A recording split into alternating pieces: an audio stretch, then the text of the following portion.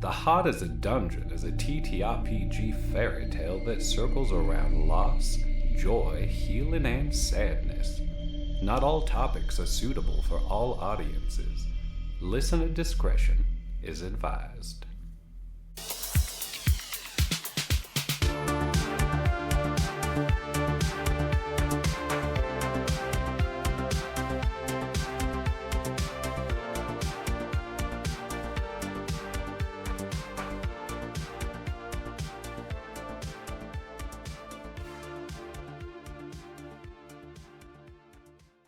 We see an ending as your 1964 Corvair strains over the last hilltop on your path from Salt Lake City to Crossroads, Colorado.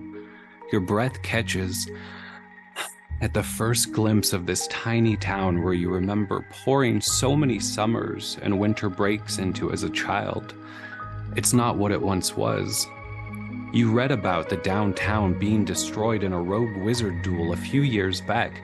About half of it seems to have been rebuilt.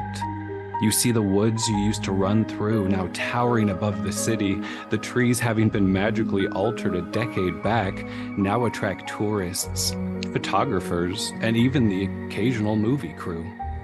All around you, you see an ending. The holiday lights speckle the rafters and peaks of the town. The occasional family can be seen stuffing suitcases and gifts into the trunk of their cars before waving goodbye to the neighbors and driving away. A smiling tiefling in a little red Christmas sweater grins and waves at you from the sidewalk as you turn down the street. You double take a bit of graffiti on the side of the herbalist building that reads simply, "What do you want your heart to look like now at the end of things?" You find the street easily, your grandmother's house just a few blocks down. Even from this distance, you can see the faded browns and golds, the large tree now neglected in the front yard. Nostalgia falls around you. Like an unexpected snow when you don't have to leave your home, it surrounds. It keeps you close, but also cold, for ghosts don't hold us nearly as dearly as we do them. As you sit there in your seafoam van of sorts, looking through your windshield at this testament to your time here, what do we see when we see Frankie? You would see a girl, small anyway, but looking even smaller in this oversized van. Normally a very fashionable and put together person. That's not what you see today.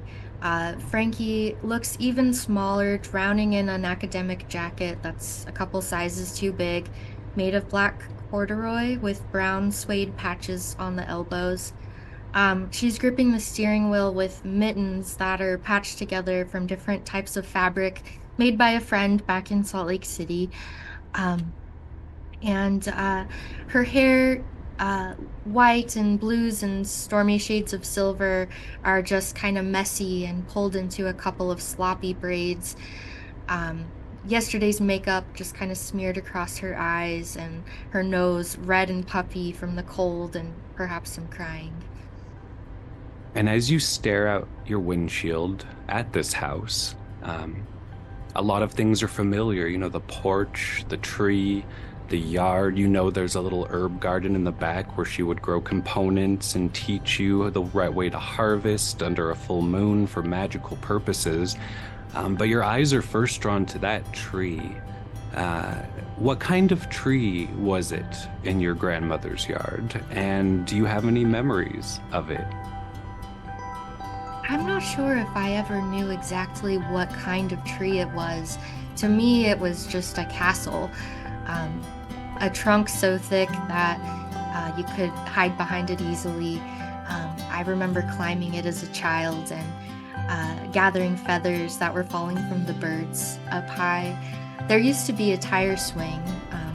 I can't remember how the rope broke, but the branch was up so high, you could wrap it around over and over again and still have rope to spare. It was one of my favorite toys, and it never really occurred to me to ask what kind of tree it was. Are you excited to be here today? That's a complicated question.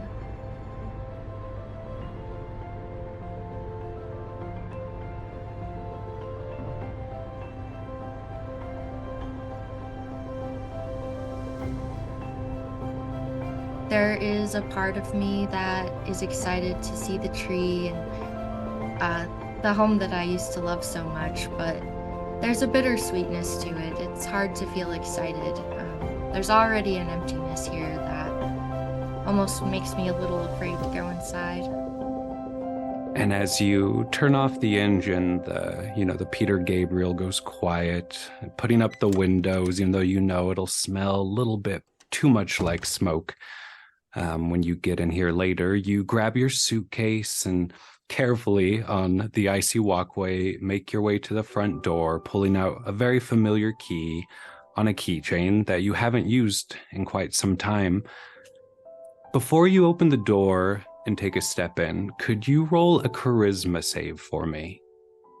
That's an 11 on the dice, plus 6 for 17. The nostalgia is inviting you to participate in it. It recognizes you, the spirit of this place, the holiday spirit of this place, and it remembers all those winters of the snowball fights and the running down the stairs and the stockings and the late night ghost stories, for this is truly the season to be haunted by the past. And with a 17, it doesn't take over. You're not moved to tears suddenly, but you feel that draw where there's that rawness in you that Frankie's not sure she's ready for yet. You can feel your eyes start to mist up even. It's up to you to choose to withdraw from that or lean into it as you turn the key in the lock and open the door. As you walk in, this time for you, roll me an insight check. That's a 15 on the dice, plus 4 for 19. Easy to tell this place not only empty from all the vultures coming through to sell things, to have things donated to them, to pick apart your grandmother, an ancient and long-living archmage of the belongings that she did not designate to go anywhere. Sure, she donated them, but you wish they would have at least let you see this place one more time, put together in the way your grandmother did.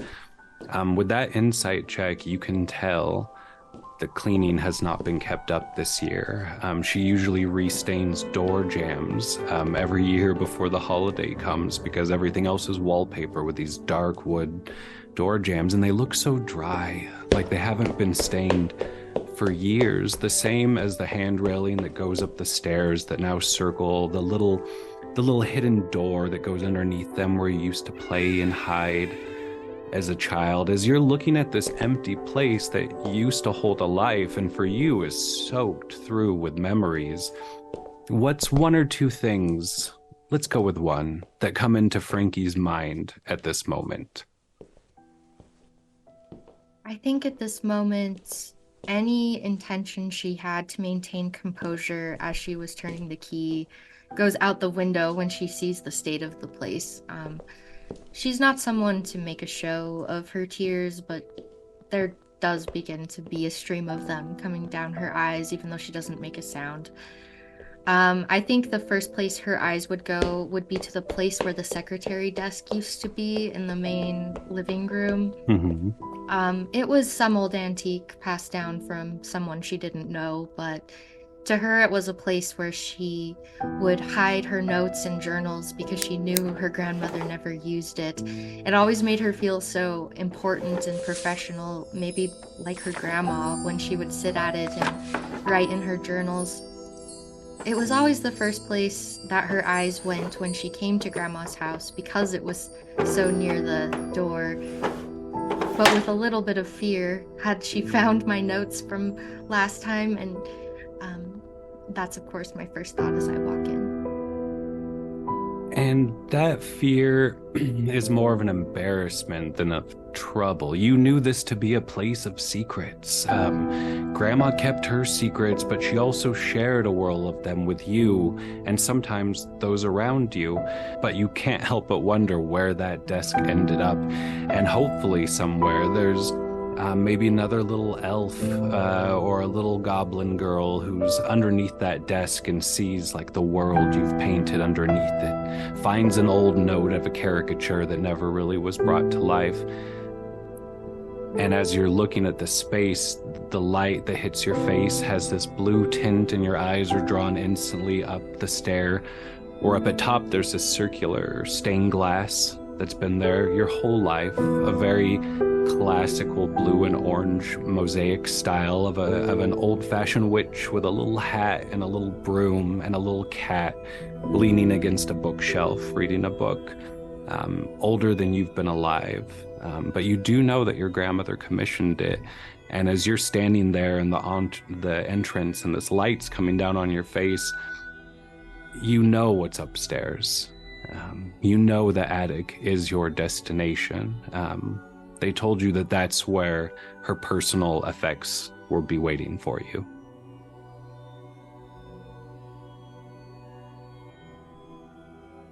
I would perhaps linger in the entryway for a little while. It might take me a minute to work up the courage, but slowly make my way up the stairs.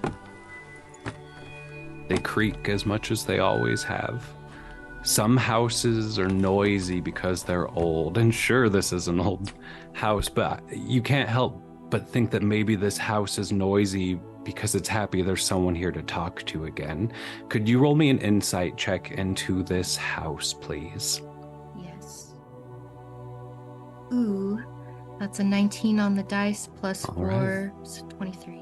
If anything in this dark and fractured world remembers Frankie and moments of joy and lightheartedness, it would be this house. The windows exhale almost in hallucination, slightly resembling. They almost seem to breathe, or at least Frankie's able to convince herself they are. And maybe these stairs are just friction sounds. Maybe it's a blessing. Maybe it's a holiday greeting. Maybe it's a Frankie, we miss her too. As step after step, you make your way up to the attic. This door doesn't have a key, not anymore. Take a deep breath and push my way through. Can you roll me another charisma save right now? That's a 2 on the dice plus 6 for 8. A ball in your throat, just a quick choke, almost too much. It almost feels like too much, but you know, Frankie is not a stranger to death, and she is not a stranger to the space that's left over after something vacates. So with your eyes now heavily tearing with no move to clear them, you open that door and step into the attic. You see a simple cedar chest. Doesn't look magic. It's not covered in old moss and weird buckles. It looks pristine. It looks like it would smell like wood. You're sure that's an enchantment because you can remember that chest your entire life. The top of it has a little brand that matches the stained glass window in the staircase. Next to that, there's a rocking chair that breaks your heart for so many reasons. To the right, a full body mirror, old silver trim, standing upright. You remember being little and turning it so it would hit the ceiling and you could make the rainbows move around. This is all that's in here. A life of highest levels of arcana arts and investigation and research. And all that's left in here, a small 2x4 foot chest, a rocking chair, and a mirror. Where does Frankie go or look first? I think she lingers in the entryway for probably too long. For a second, she has to fight back some anger. But after she catches herself, I think she may just kind of slowly walk through the room, touch each object, maybe avoid her own reflection as she walks by the mirror, um, and then settle in front of the cedar chest, knowing exactly what it's going to smell like when she opens it.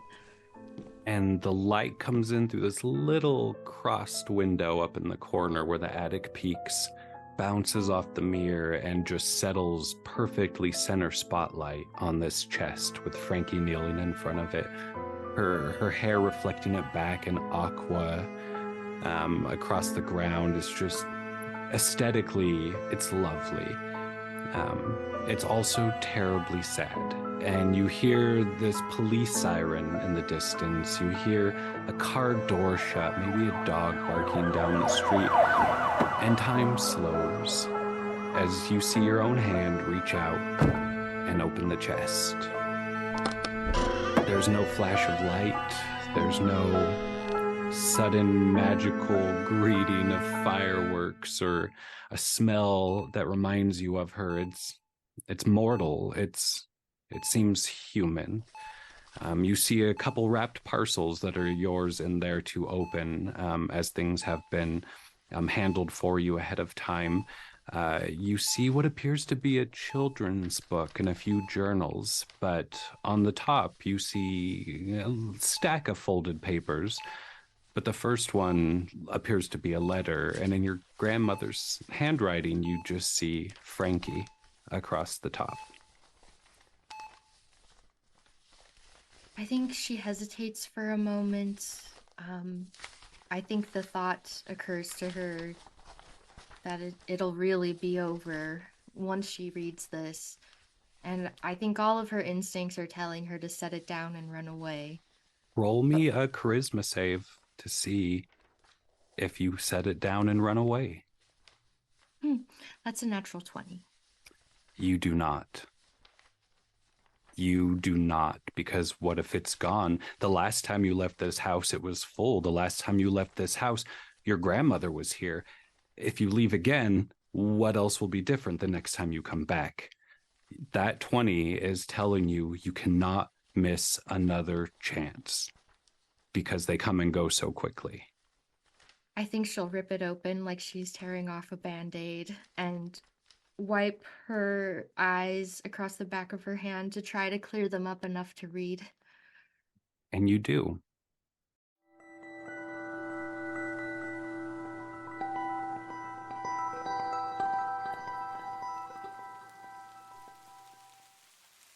Dear Frankie, I see an ending. I see the snow beginning to gather, and for the first winter in many, I do not have the strength to clear it. I watch this window slowly frost over, the opening becoming smaller and harder to see beyond, just like my own world. I miss you, my little pair. I miss all those summers lost like blood, where you and the other children would fill this old house with laughter and games, naive to the disasters on the radio and television screens. And as much as you saw living here as a haven for yourself, it was even more for me. You kept me held in your wide-eyed joy, and I became a better grandmother for it, a better wizard, a better friend. I know it's been a few years since we all came together for the holy days, but I did hope to see you this year. Sad to say that I cannot wait any longer. I remember those long summer days where I would call your name from the back porch, bidding you to come home, to come back, please. Come tell me everything you've seen. And from this deathbed, I cry, come home. Come back, please. Come tell me everything you've seen. The world is for you, my sweet girl, and I fear that that is a double-sided gift. Think of me when the stars begin to fall. Think of me when you smell the persimmons in the market, and think of me as I would hope to be. A comfort, a teacher, a stand-in mother, and a friend. I'll go first, I'll be the scout, and if there's any way in heaven or below that I may warn or encourage you from that hungry void, I will do so. Don't forget the things you have seen, and don't forget the things you will. And don't forget me. With love, Grandma.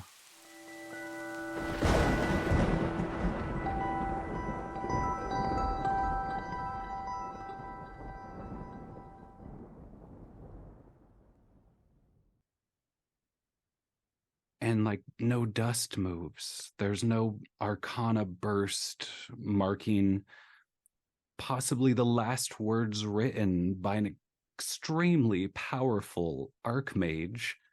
It's just paper, it's just pen, and it's just Frankie. Frankie would let out a sob that was more like a cry or a yell and just like reverberates through the attic, especially with so much removed. Um, the letter would be drenched, almost illegible. But after that initial cry, it would be silent. She would just sit and hold it for a long time, read it, what she could of it at least, over and over. Roll me an insight check once again into the house. That's 12 on the dice plus 4 for 16. As you're almost like a dropped marionette, your legs underneath you, bent forward, the letter in your hand, out the corner of your eye, you swear that you can see the curtains even attempting to reach forward to comfort you. But there's not as much magic here as there used to be. But you're here, so there's some. If Frankie were to look in the chest, you would see multiple parcels that will require an unwrapping.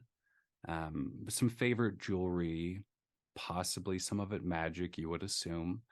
But right there underneath your letter, there's this pull towards a childhood core memory as you're looking at the cover of this children's book that you had forgotten about for years, and until right now, simple, short, small, a basic children's book, a couple rabbits on the front, and above it just says, "The rabbits that looked at the sky."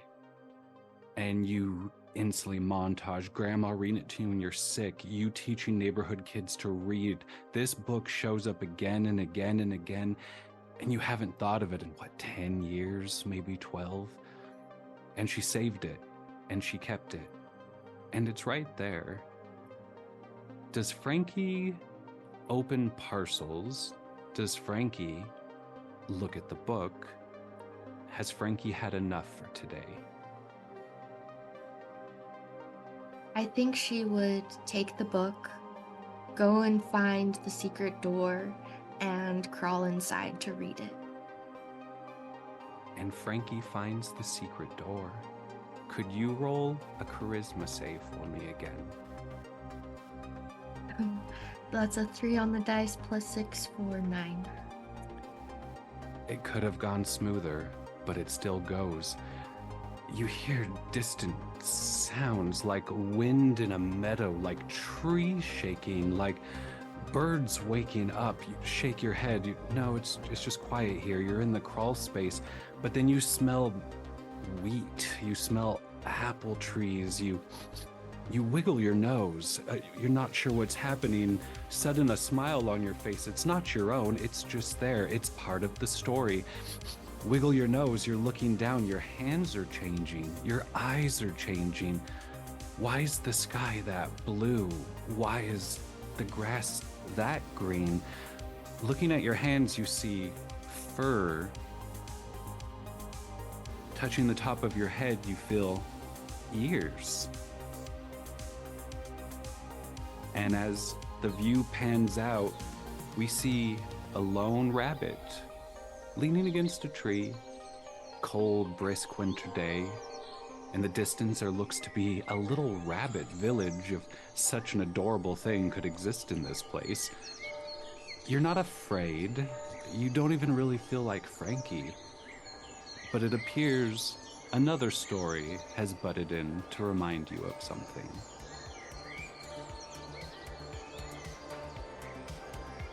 Hey, I'm Rara. And I'm Feral Moonbeam. Thanks for listening to our prologue. We're going to have a whole bunch of guest players joining us in this adventure, so stay tuned for that. The Heart is a Dungeon can be found on both Twitter and Blue Sky. See you soon.